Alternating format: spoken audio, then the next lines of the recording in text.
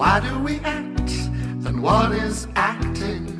They say that acting is just plain pretend. But if we pretend that we are acting, then where does acting stop and living begin? Acting is real, but so is faking. And then there are fakings that seem awfully nice. Reality sucks, and so does acting. But here we are, and here's my advice. I am a professional actor, member of the Screen Actors Guild. I have so many things to tell you, so be ready for your mind to be filled. Acting is life, and life is a joke. You can't have a fire without having smoke. This is a class, and I am your teacher, so tell me, what do I need to do to reach you?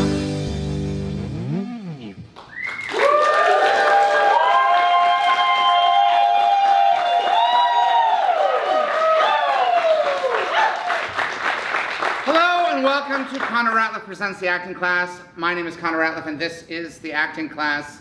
I was trained to be a professional actor on 2 continents, and I want to gauge the makeup of the class to find out how many people identify as actors and how many people identify as non-actors. Of course, anyone can take the class. You don't have to be an actor, but if you ever have acted in anything, then do not say that you are a non-actor.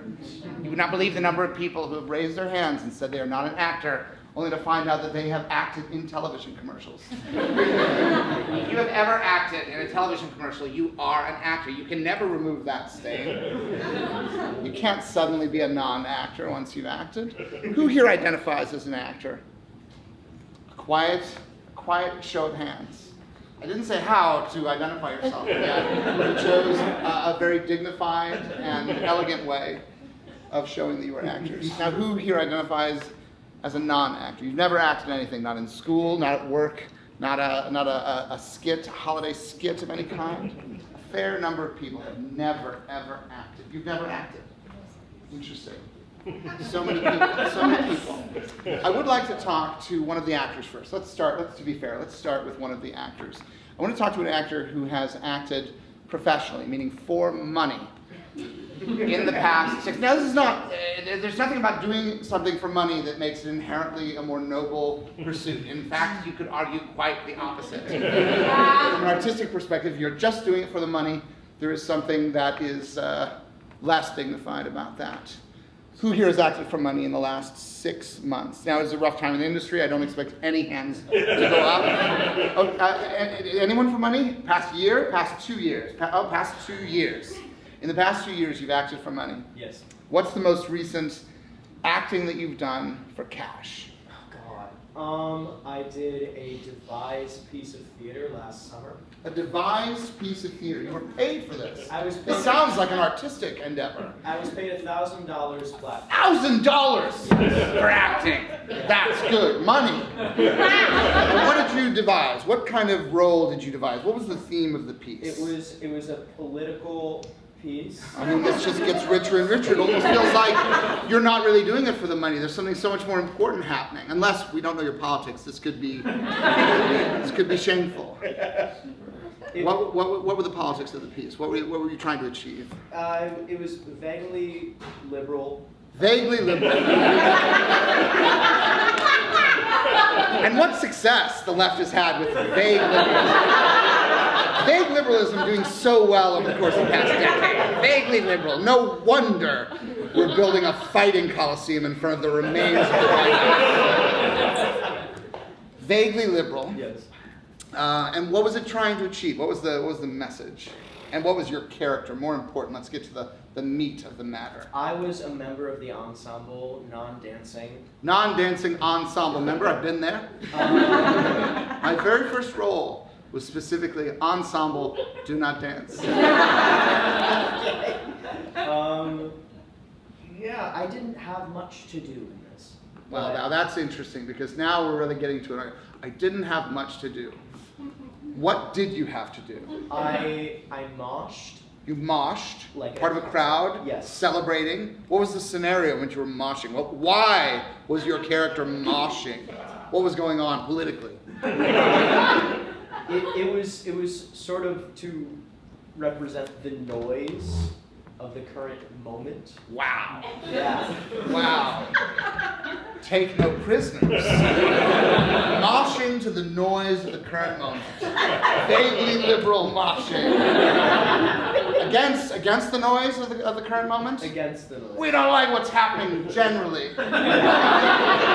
You're one of a crowd. Did you ever think, like, who's my guy here? What's his deal? What's going on with him? Did you ever think that? I didn't. You never thought that. And No. you got $1,000. No thought! I'm going to posit something controversial. Do you have any of that $1,000 left? Because you should give it back. I'm only joshing. But you should give it back. If you put no thought into your character, you're just, was this a statement? Am I reading too much into it? Was part of what you were portraying was the thoughtlessness of the electorate? The vague moshing, protesting dimly against the noise of the current moment. If so, bravo. Yes, why not? Why not applaud? How many people were moshing with you? It was a cast of about 20. A cast of 20. So you have a shared burden in this ensemble. I understand why, to some extent, the scope, the size of the piece dictated that you maybe didn't have to put in the specific kind of work that most theatrical productions demand. Is that all you did in the piece, was mosh, or were there other things? Were there moments where you would enter as a different character and do something or say something? We had moments of group speaking. I covered an exit sign with a piece of cardboard to black out the space at one point. Right. Now, were you a character, or were you simply functioning as a stagehand? There was an exit sign. Like we have exit signs here. Exactly. We have to keep them illuminated in case of a fire or emergency. Right. But you were blocking out an exit sign on the stage. Was it done in a conventional theater?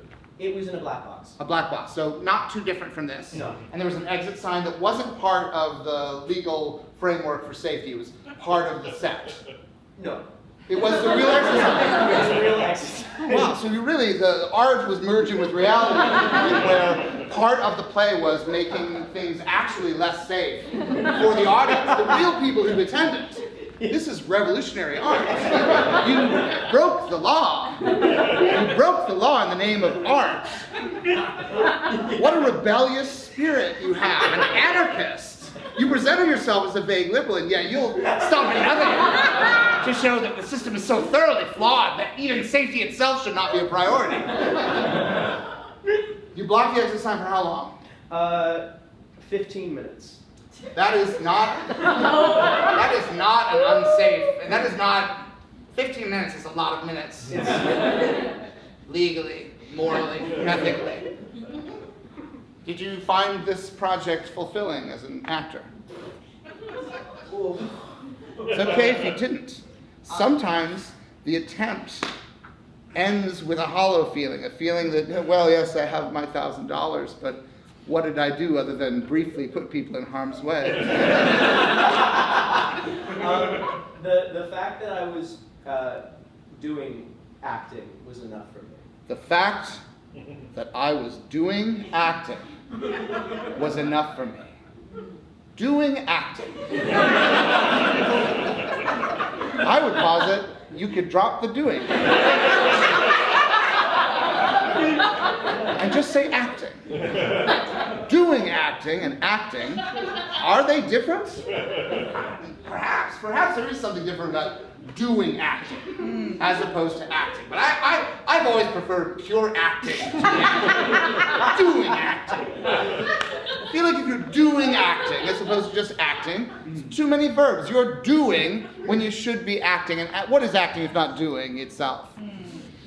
I need to talk to a non-actor. I need to talk to someone who's never acted in anything. Just thank you for sharing your experience, your art, your politics. Is there a non-actor? Yes, you in the back row. You're a non-actor. What's your... Oh, I forgot to ask your first name before. Grant. Grant, something that artists rely on in these perilous times. And what is your first name? Steve, not an actor. Never acted. Right, Steve? Well, Steve, I couldn't have been clearer at the beginning. Well, Steve, what's that well all about? I don't know. You don't know if you've acted. What? It's all an act. What's all an act? Are we going to get philosophical, Steve? Yeah. Steve, are you a V or a PH? Well, I'm a V. You're a V, Steve. Is it short for Steven with a V? Yes. Steven with a V. Well, what are you? What are you if not an actor? What do you do? Oh, I'm a psychologist. Psychologist. The human mind. One of the most crucial tools an actor uses. So you understand the way people think, why people do what they do. I know what you think now. You know that I think that because you're a psychologist? Yeah. But have you ever acted in anything, Steve? No. No. Not in a school play? No. What? I blew it. Sleepaway camp. When I was like 9. Sleepaway camp, you were 9, what happened? I was in a chorus in Oklahoma. Oklahoma. Rogers. Kindering. And Right outside Hammerstead. of the kitchen. You what? Yeah. What did you do? Camp Kindering. Camp Kindering. You said you blew it. How did you blow it? Oh, I blew your setup like this. I So you've been in a production of Rogers and Hammerstein's Oklahoma. Way back in You were part of the chorus, the Oklahomans. And what did you do? You sang The Morning's Famously Beautiful? I'm a Knicks fan. Didn't work. It didn't work. You're a Knicks. You think there are no Knicks fans in Oklahoma? They're all for OKC. You don't think there are any renegade Knicks fans displaced living in Oklahoma? No, not performing in Oklahoma. Not performing in productions. Correct. You don't think that the Knicks fans might be performing in productions of Oklahoma by Rogers and Hammerstein in Oklahoma? No, but you were at Camp Kindering. Yes. And what do you remember of this production of Oklahoma? What did you do? Did you sing? Did you dance? Back, yeah, they made us like sing. They I made you remember- sing. I remember being admonished by the. Oh, you're bringing back a lot of stuff, man. Well, yeah, this is what you did. You're doing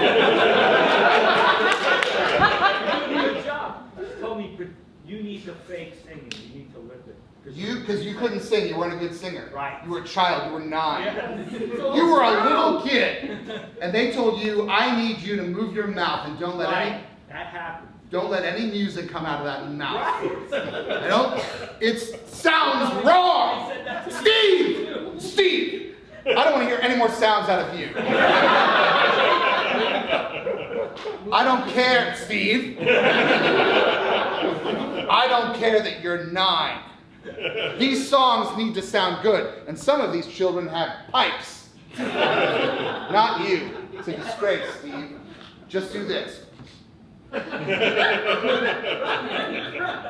I don't even care if it matches, because people won't be looking at you. They just want to get a vague sense that a number of children are singing.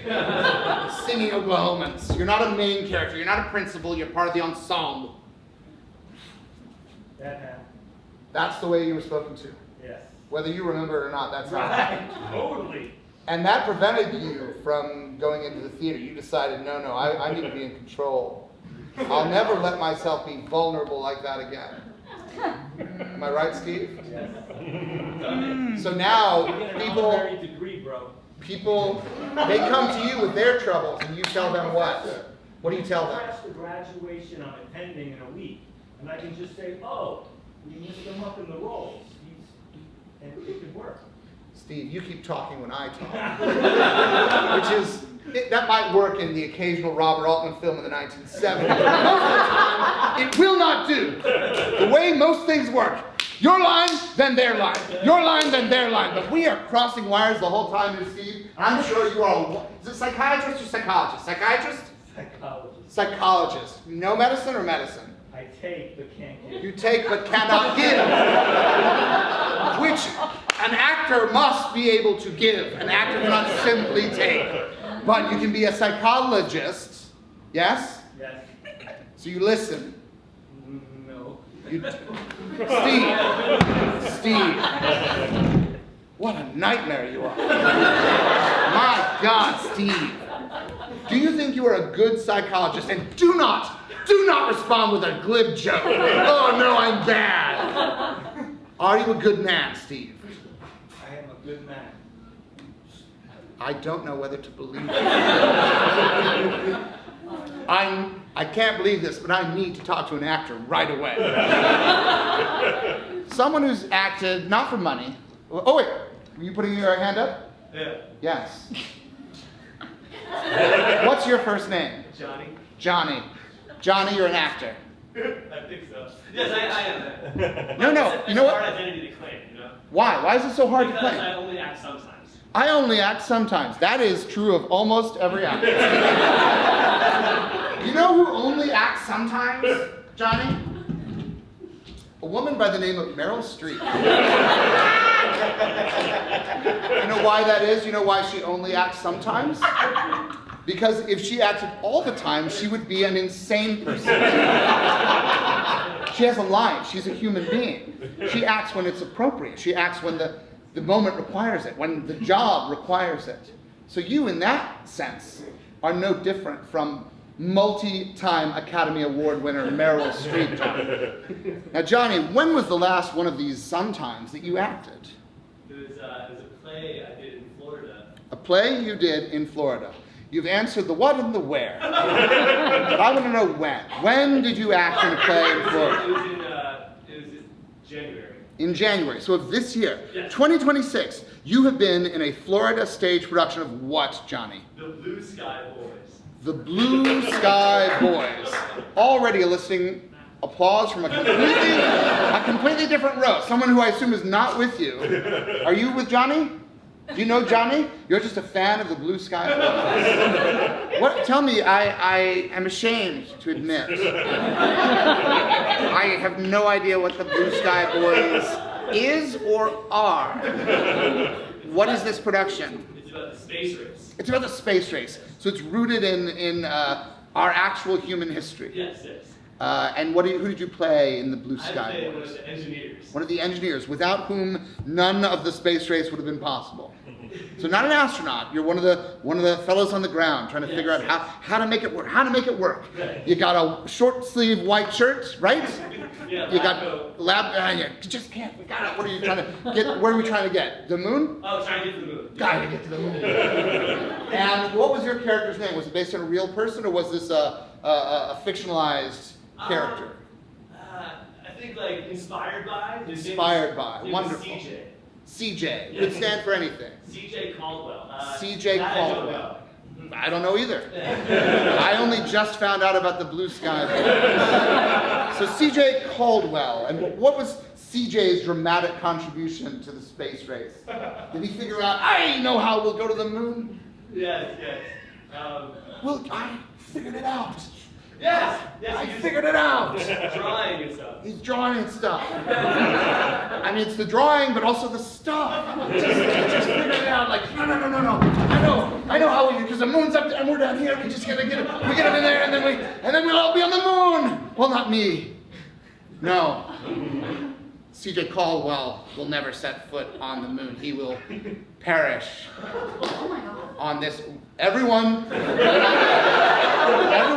who went to the moon died or will die. Everyone who doesn't go to the moon dies. In no way a spoiler for the space race. See, if anything, it would be more of a spoiler if I realized, in figuring out how to do it, I somehow have achieved immortality. Oh no! I'll live forever? That's not what I wanted. I don't want to watch everyone I care about die, and I continue to walk this empty, lonely rock. I, CJ Caldwell, history's loneliest man. I never made it to the moon, but I cracked the code of how to live forever. Is that what we want? No, he died, and it's fine. CJ Caldwell, real or imaginary, he is probably no longer with us. Odds are. But he did what he could while he could, right? And what a day it was, right? The day they figured it out. Did you play the scene where he figured it out? Yes, that was the end of the play. The end of the play is, I know it! We're gonna go to the moon! We figured it out! We're gonna go to the moon! And everyone, presumably, who attends the Blue Sky Boys knows that's where this is going. We're not here to be shocked or surprised. We just want to enjoy the journey. We want to see how these men and women figured it out. How to work together to win the space race, to go to the moon, or to watch a few people go to the moon and then just live the rest of their lives. You know, once they did that, did CJ Caldwell ever achieve anything else of note in his life? Or the day that he figured that out, the ending of that play, was that in some ways the peak for CJ Caldwell? Maybe we don't want to see the rest of that story. That might be a very sad story indeed, CJ Caldwell, to see those story beats acted out. But did you ever think about that? What happens to CJ Caldwell after the story of the Blue Sky Boys ends, its triumphant conclusion? Johnny, did you ever think about that? No, but it occurs to me that maybe I should have. That what? You never thought of it? Because it didn't serve the story. The story ends here. I will say there was a line though, like the feeling of emptiness after the triumph. You know? Ah. What now? That's part of it. What do we do now? What do we do now? We can't go to the sun. It's too far. It's too hot. Who'd even want to go there? It's instant death. We would surely. I don't even want to figure out how to send astronauts to the sun. A suicide mission? Really? Is that what NASA's become? What an amazing sequel to the Blue Sky Boys.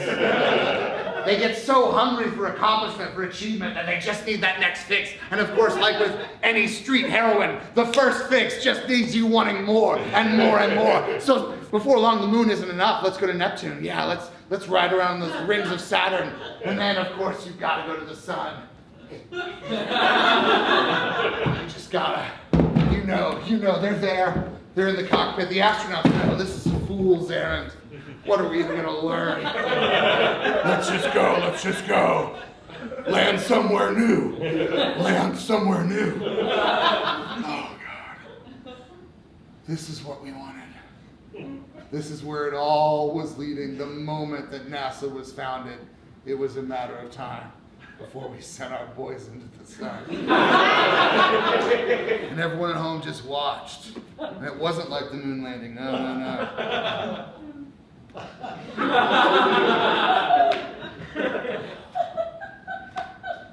Why is everyone watching this? This is the sickest, saddest day in American history. Family, send the kids out. Send the kids out of the room, Helen! Send them to bed! No screens! But I can't look away.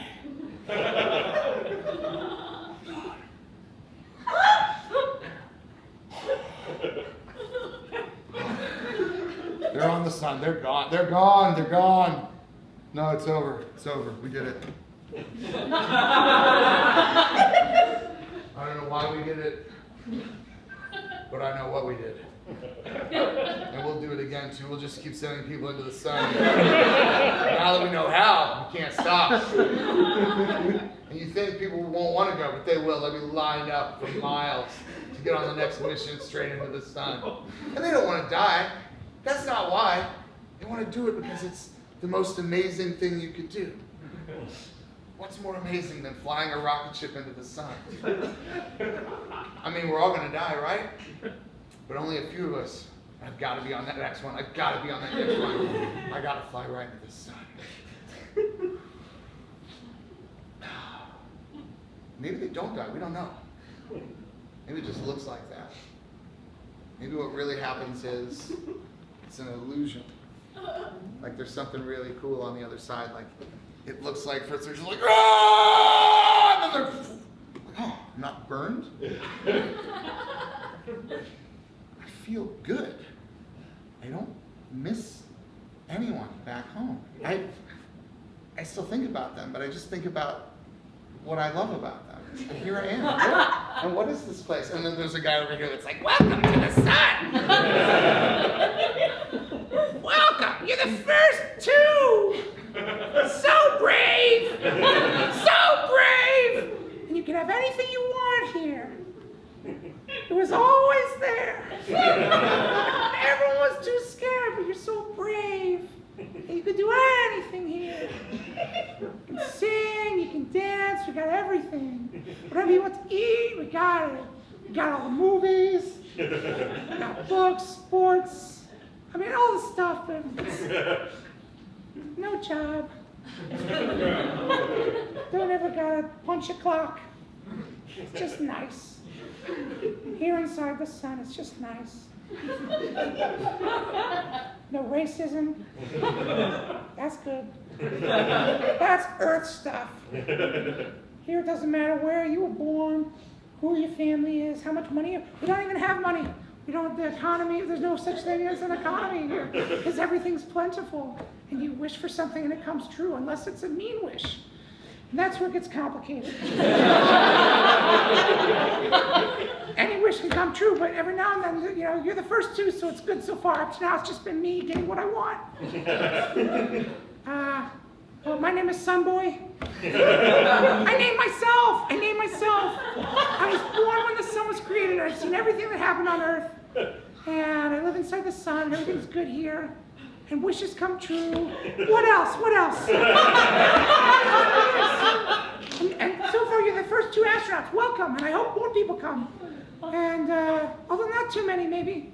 Maybe that would ruin it. Now that I realize it, maybe that would ruin it. Maybe what's been nice about it is I've just had the run of the place, and all my wishes could come true.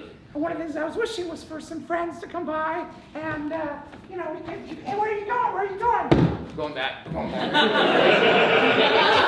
It's fucking weird up here. There's some sort of, he's gonna try to fuck us or something. Some weird. Yeah, we're going back to Earth. All right, we go through. Oh! And then back down to Earth. No one's gonna believe us.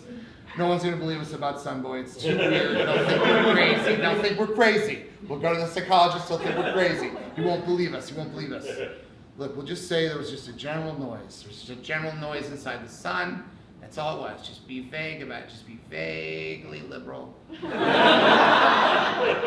go back down to Earth. Just tell everybody, yeah, I went to the sun. It was one of the two astronauts who went to the sun. I know a bunch of people wanted to go after that. They turned all of those ships around. And I told my wife about it. That's the one person I told. I told my wife about Sunboy, and she believed me. She really did, because she knows, why would I make that up? I think there was some sort of hidden agenda with Sunboy. I do think there was something going on there, and I could never, you know, we were there for all of, I think, 15 minutes. And Sunboy had deliberately, it was very tricky, because Sunboy had deliberately covered up the exit signs inside the sun, which made it a little bit difficult, but we figured our way out. We came back, and me and Kevin, that's who, that was my co-pilot, my co-astronaut on the trip. He didn't tell his wife, because his wife wouldn't understand. But we have that in common, Kevin and I. But we never talked about Sunboy. Once we left, we sort of agreed, like, let's never talk about it. And even with my wife, I talked about it once, and then I said, this is a one-time thing, ask any questions, all right? And then never again. And every now and then when I look up at the sun, I can see him. I can see Sunboy looking down at me, and he's angry, like genuinely like pissed, because no one's gone back up there. And he saw they were all, I'm so mad. I don't know what I did. I think they misunderstood me. I think they thought I had something else going on. I was never gonna fuck them. Why is everyone? I just never was. I'm so just smooth and vague down there. There's no way I could do anything. I'm not like that. But anyway, I live the rest of eternity all alone. And that's worse than perishing. Worse than perishing. Worse than the fate that I outlined for C.J. Caldwell originally. I want to talk to a non-actor who's also not anywhere near the field of psychology or psychiatry. Someone who works in a different line of study. Is there a non-actor here who's willing to talk to me for just a minute about anything at all? The person sitting next to Steve. I was trying to get a different area of because I feel like I was burned so badly by Steve. And are you with Steve? Did you come here with Steve? I'm friends with Steve. You're friends with Steve. Okay, so maybe this will enlighten us. Yeah. What's your first name? Casey. Casey, like Yeah. Casey at the bat. Sure. Like Casey Jones, like Casey Yeah, Kasem. never heard that. No, I imagine you've heard of the other Caseys. You being a Casey, it probably comes up all the Sunshine time. Band. Casey and the Sunshine Band. Casey, short for Kansas City, but are you spelled with a K or a C? C. With a C, so it doesn't apply here. What do you do? What do you do other than being friends with Steve, Casey? I got laid off a week ago. And you paid for a ticket to come see this show. I'm a student, it was free. Very smart, very smart.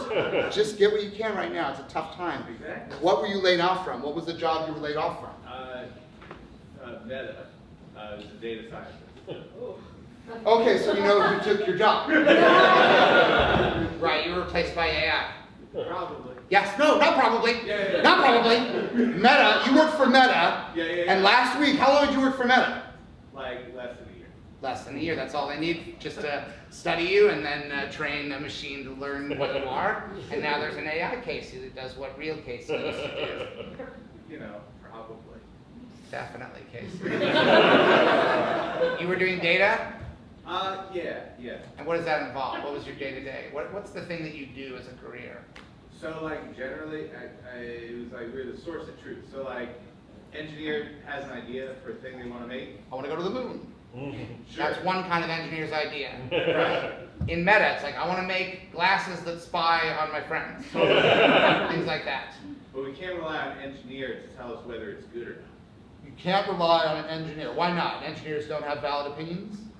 You know, they have incentives to not necessarily be truthful about it. Engineers have incentives to lie, like almost Sure. every other human that has ever existed. Sometimes, situationally, there'll be a reason to lie. Right. So, what would you do? You know, I'm supposed to measure it and tell us whether or not it's good.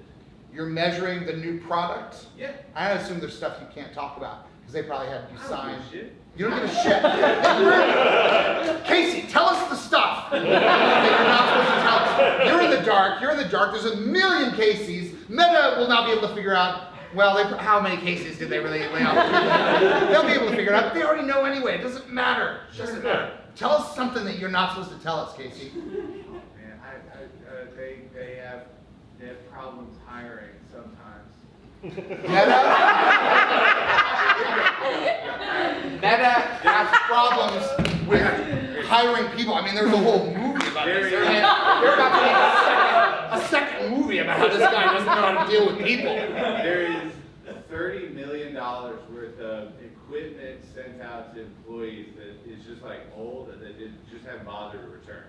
So like laptops under beds and phones and shit, they haven't bothered to really make people return. All right, so this place is a mess. Meta's a mess right now. They're just firing people. They've got the robots are trying to take over, but I assume that any robots in a company built by someone who has a flawed sociopathic brain, probably the robots are going to be fucked up in ways that mirror the way that the humans are fucked up, right? They're printing money from like the core business so they can make horrible decisions over here that lose tons of money, and it's fine. It's fine core because thing is we're focused on the future. We're focused on the next wave. We're just gonna squeeze more ad money out. We're just going to squeeze more ad money out. Yeah. How did you find out you lost your job, Casey? An email. An email from someone you know? No. From Meta leadership, quote unquote. Is Meta leadership people? Or is it a program? That's unclear. I mean, I'm going to go ahead and make an assumption that you were fired by a robot. I was on leave. I don't know. You don't know. You have no way of knowing, but you can't disprove it. I was on leave. I don't know. You were on leave, and you got an email that said what, Casey? Blah, blah, blah, your role is terminated. Your role is terminated. Yeah. Back from leave. Yeah. When you don't come back. Yeah. Don't come back, Casey. Yeah. Stay where Give you us are. back the laptop. You got to keep equipment? No. No. They want it back. But Give us I'll back make our that- equipment. I'm gonna make that difficult. How are you gonna do that, Casey? What are you gonna do? Don't tell us anything. I don't want to mess with your plans, Casey. So apparently you have to take it back to UPS, but apparently the UPS guy will demand the cord also. So I want to experiment with like how implausible of a cord can I give the UPS guy and he accept it, Like, can I give him coaxial and be like, yeah, that's the cord of your laptop? I would just give him a piece of nautical rope.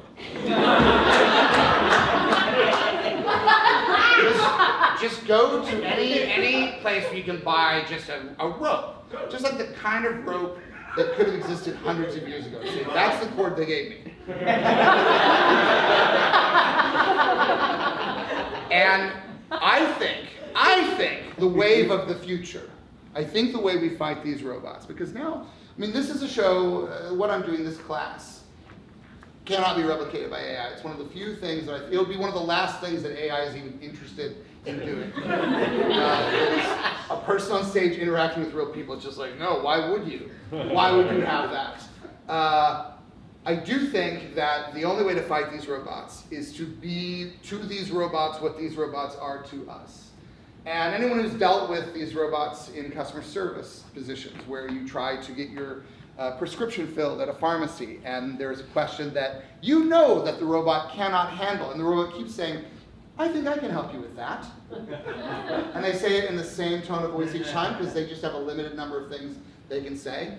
I don't think you should ever give them this cord back. I think you should give them cords made of food, cords made of rope, cords. I don't care how much you have to spend at crafting stores. I think Christmas lights, that's a form of cord.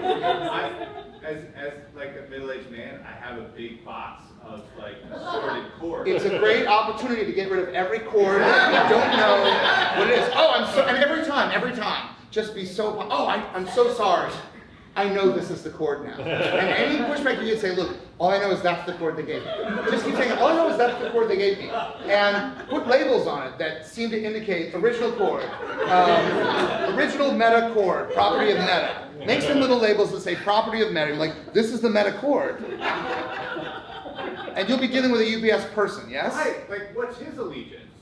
He doesn't Or care. her. He or she, or they do not care. They do not care. Right. They will accept anything as long as your job now, right? Okay, so you're not an actor, but this is a role in life that you are going to have to play for hopefully decades to come. An ongoing interaction with, I assume, a series of delivery people where what you need to play is I am the man with the real cord this time. This is the simplest, most basic acting exercise. You need to believe it. You need to believe, no, I know we've had this conversation. I promise you, look, Meta cord, property of Meta. Why would I make that? This is the cord that came with the thing. Please send it back to them. And meanwhile, somewhere, on the other side of all this AI bullshit, there is someone in an office somewhere who is going to open this and be like, what the fuck? More cords that aren't the cord. Just keep wasting their time. Just keep ruining their life. Bit by bit, inch by inch. Remember Al Pacino has that speech that people meme a lot from Any Given Sunday, where he talks about everything in life. It's a battle of inches. Everything's a battle of inches. This, Casey, is a battle of inches. You're never getting your Meta job back. Doesn't matter. But you can hurt them. Even if it's just a pinch. If we all just pinch. If we all just pinch Meta. Maybe eventually we pinch it to death.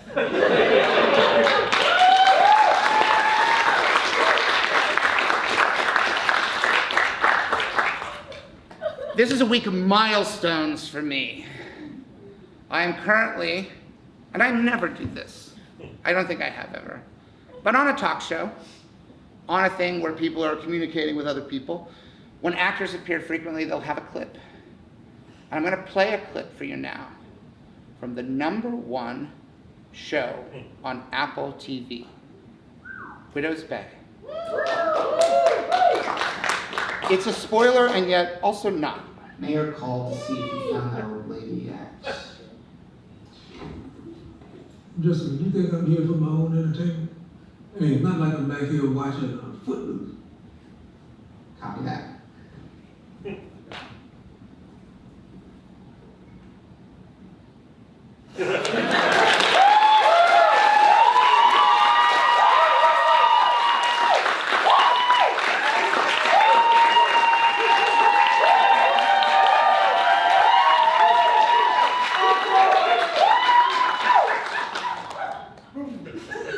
character's name is Deputy Kent.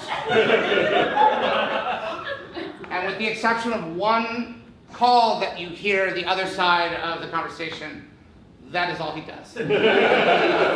He simply enters, passes along a message, listens, and then leaves. Enters, that's the first thing. Soft in the frame. Because the focus has to be on the other actor. Even though he's in focus in all of his scenes. And he has many scenes. But it's very important. He's in focus, and I play it soft. And then I say, I deliver the message that the mayor wants to know if anyone's found the old lady yet. He turns around, we turn it around, we get the angle on the sheriff. He reprimands me. I take it in, I respond, and then I leave. And so ends the journey of this character in season 1. Now, I don't know if my character, the one thing I was confident of was that my character lives through the season. I don't have no idea what happens the rest of the season, but I was confident, well, I'll be alive for season 2.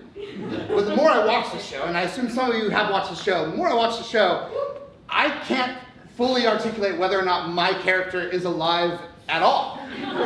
Because one character sees him and then he just appears and leaves. And this show is full of ghosts and goblins and stuff. So it could be a figment. And he might never appear again, or he might appear a lot. I don't know, and I can't know. So that's one milestone, is that you are attending a class by one of the stars of the #1 show on Apple TV. Part of the ensemble. So it counts. And I will say this. I did audition for the lead role on this show, but I did not book it.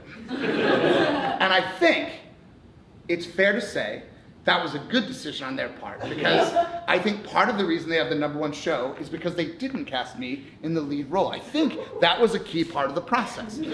Don't cast someone no one has ever heard of as the lead role. Cast a more attractive person who's been on several other critically acclaimed and successful shows.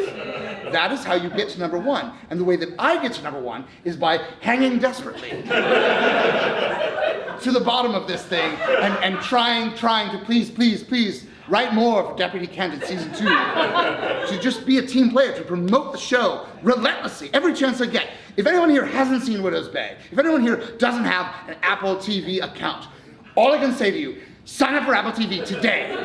Sign up for it. Watch Widow's Bay. Watch it again.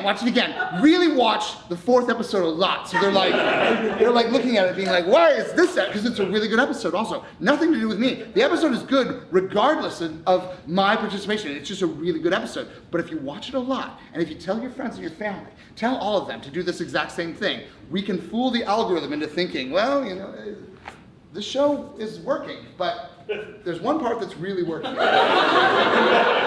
And we can't figure it out. It's sort of like the CJ Caldwells of Apple. The people who are like, we're trying to figure out why Widow's Bay is such a hit. All right, and obviously, it's well written, it's well directed, it's well acted, it's got this great cast of characters. But for some reason, there's this little blip. In episode 4, people keep watching this one scene over and over again. They keep watching this one scene. We can't figure out why, because it's a scene that you could literally lift it out of the episode, and it would still make sense. And yet, for some reason, and it's on the margins, but there's a little contingent of viewership that seems to have, on one particular evening, subscribed to Apple TV Plus, watched the first 4 episodes, and then at a certain part in episode 4, paused, rewound, and watched it again 10 more times. We need to study whatever was done in that scene. Whoever was in that scene, we must bring them back and have more scenes with that character. What I'm asking is to protect my job the way that Casey's job can no longer be protected. All right?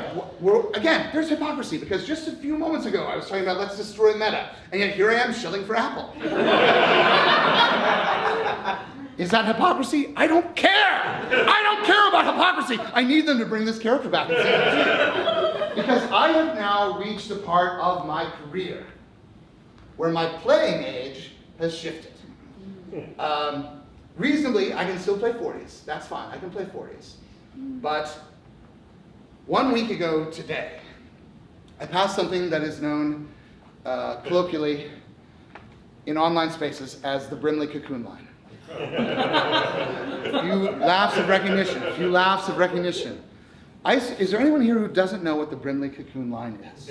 You don't know? Most people here don't know what the Brimley Cocoon Line is, and you have no reason to know, except that I need you to know this. In the 1980s, Ron Howard directed a film called Cocoon. I haven't seen it in a long time. My memory of the plot is that it's about a group of people who are so old that aliens come and take them away. That's my memory of the plot, is that there's a group of people who are so old that the aliens come take them away on a boat that flies into space. And most of the actors in this movie were in their 60s and 70s. They were older actors, really at the end of their career. There's some of these actors like Don Amici who've been acting since were born at the turn of the 20th century. But one of these actors in this ensemble was a man named Wilford Brimley. And he looked as old as any of them, maybe even older. And he was 50 years old when Cocoon was released. And he didn't change the way he looked for this movie. He just stood next to these men and women in their 60s and 70s, and he fit right in. Brad Pitt and Tom Cruise are so much older today than Wilford Brimley is.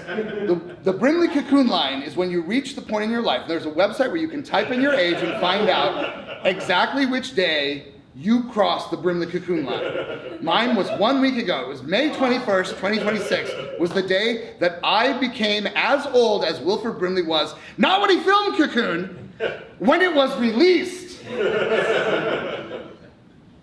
For those of you who have, and for those of you who have not seen the movie Cocoon, here is a scene that will show you what Wilford Brimley was like.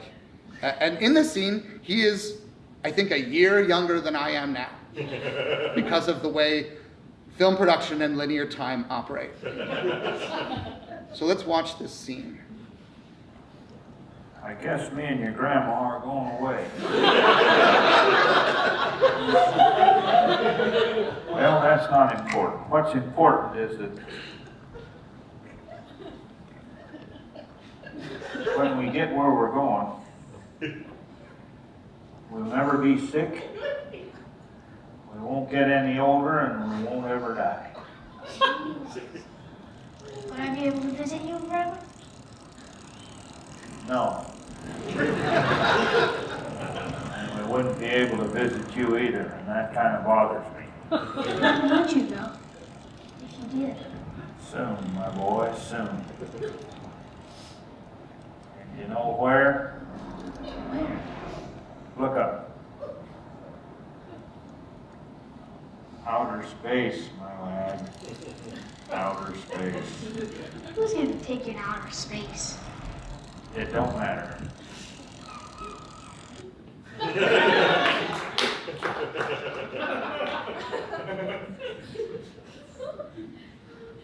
Well, your grandmother and I are going away. Going to a place far away from here. What you need to know about this place, where we're headed, we won't get any older, we won't get sick, and we won't ever die. I won't ever be able to visit you. That kind of bothers me.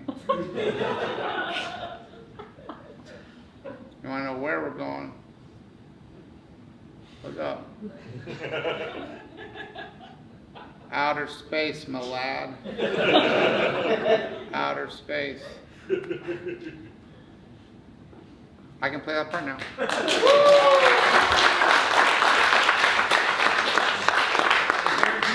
There's a movie now about a bunch of very, very old men. Burroughs. What? I think the Burroughs is out on Netflix about old people. Steve! Steve! You could use that. No! Steve! Fundamentally, Steve, you have misunderstood the nature of our relationship. The Burroughs is out! One of the most vulnerable moments that I've ever afforded love. And you want to tell me what's on streaming? Burroughs is out. Steve! I have reached the phase of my life where I cannot tolerate such nonsense, Steve. I like you, Steve. I want you to know that. I like you. Steve, do you remember what I said seconds ago? It may not hold true for long. Has anyone ever played a character older than their age in a play, in a film, in a TV commercial? I can't talk to you again. I can't talk to you. What was your name again? Grant. Grant. You have played someone older than your age. What's your name? First name? Amelia. How old were you and how old was the character? Okay, this was this year, so I'm 20. You're 20 this year. It's 2026. We're getting a lot of current productions. What was the role? It was a coffee, it was like a barista. A coffee barista, older than 20. Significantly older than 20. The person who I was playing opposite was like, it was like a romantic situation. Mm-hmm. She was 30. All right, so it's a 20-30 romance. I'd like to think my character was older than me. All right, so you were not instructed to. In my head, I was This is your choice. This is your interpretation. What was this? Was this a commercial or a play or a student film. a friend of yours? Yes. Student film, and they were like, you two are in you're a barista, and was it another barista? No, it was a customer. A barista and a customer. So already a certain boundary has been crossed. Yes, customer and all right. So you're the barista and the customer. You're 20 in real life, and the actor who's playing your love interest, she's 30. Something around there. Something around there. So you're 20 precisely on the dot. Yes. She's somewhere around 30. All right? And you're thinking, let's move this. How much older did you need to be comfortable with this relationship in terms of the story you wanted to tell? I feel like in my head I'm like 25, 26. 25, 26. So you jump fully past the half-decade mark, 25, 26. How did you convey this? Because has the film been edited? Has it been completed? It came out for like his school thing. His school thing. So did you ever voice this to the friend? Like, I feel like she's too young for. Did you ever voice that? I think I was too happy to get to do it that I didn't want to be like doing it. You were so happy. You were so happy to get the role that you didn't want to collaborate with the filmmaker for fear that the filmmaker would say, no. 30 to 20 is what this film's about. This is about someone who is fully into adulthood, romantically involved with someone in a customer service position who is perilously close to childhood. Legally in the clear, to be fair, but certainly in the murky gray area in terms of developmental stages of the human brain and the human heart. Not literally, not in a cardiac way, but in terms of the heart that we think of that's really the brain. When we talk about the heart, we just mean the emotions of the brain, but we like to say heart. So you were terrified of your friend, that your friend would say, no, play at 20. If anything, play at 19. They just a 30-year-old coffee customer and their teen lover. Was that what you were worried about? They would say, no, the whole point is that you're young. I feel like part of it was maybe like a touch of that he'd be like, well, you don't even need to do this. And then also it's a really small coffee shop, and I didn't want a person playing my love interest to be like, she thinks I'm old, oh no, and get offended. Right. So you were navigating a delicate social factor. How long was this short film? The shoot, we did like a couple Zoom. Oh, like the film itself? The film itself, the running time. 15 minutes. 15 minutes short. So just enough time to cover up the safety exit. That's how we measure 15 minutes of time. It's just enough time to put an entire theater full of people in real, genuine peril. Acceptably. 15-minute running time. How long was the shoot? How many days did you shoot? Physically on 2 days. Physically 2 days. 2 day shoot. A small coffee shop space. an actor that you were not, she was not someone that you'd worked with before, and you were worried about that your note could be considered insulting or hurtful. Well, she can't help it. Isn't it true of old people? We can't help it. All we did was age to the point of repulsiveness. It's not our fault. She can't help it, poor thing. Poor 30-year-old woman. Basically, just a walking corpse. A few more decades of living meat to walk around on top of those old dusty bones. She cannot help it. And you were correct, I think, in your impulse to not voice any of these things on the set. I think I should be 26 because she is too old to be with someone as realistically young as I am. So you had to do this, it was stealth work. You had to hide what you were doing. How did you do that? Do you feel you succeeded? When you watch the final cut of the film, do you feel like, yeah, that's a 26-year-old? No problem there. Can date that old sack of bones. 26-year-old, that's not fetish, that's just life. Right? Did you convey that? Did you feel when you watched it, this is a 25 to 26-year-old dating a 30-year-old? I think if you were to ask someone else, they'd be like, sure, she could be 25. Right, but I'm pointedly not asking you. I want to know, do you feel as if you achieved this? I don't think so, because I think I look young. Yes, and you have to think about it this way. When this woman was 10 years old, you were being born. Imagine a 10-year-old choosing to date a newborn baby. It's truly shocking. Truly shocking. Imagine a woman giving birth. In a hospital, perhaps? Who knows? Could be in a birthing center. Ah! Oh! And then the baby's out, and then a 10-year-old wanders in. I want that woman to be my girlfriend. That child will be sent from the delivery room, whether they scrubbed it or not. It's good that you considered the feelings of your fellow actors. I think a discreet conversation with your friend, the filmmaker, wouldn't have gone amiss. But you worried that your input would be rejected. Well, here's the truth. Actors have real power once they give you the role. You're a collaborator, but you can have your secrets. You don't owe all of your collaborative partners the truth about who your character is.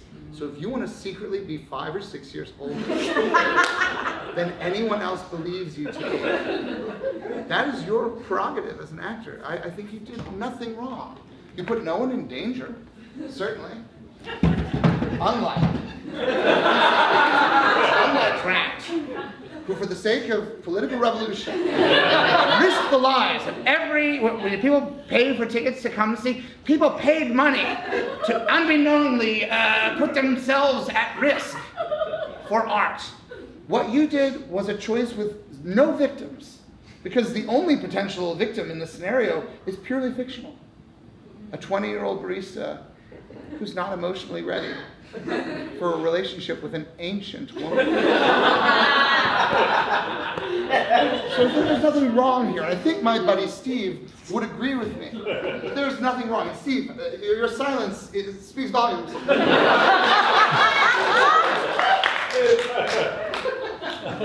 But these are the choices we have to make. Whether we choose to limit our storytelling choices to those like Johnny with C.J. Caldwell, thinking that no, his story ends here, just the slightest hint of the future, but I don't want to think about it because it could be unimaginable. It could be a future that we don't even want to contemplate. Why not focus on the story? Or like our friend Casey, without a job, who will spend the rest of his life fighting the real revolution against META by sending them chord after chord after chord and never the correct chord.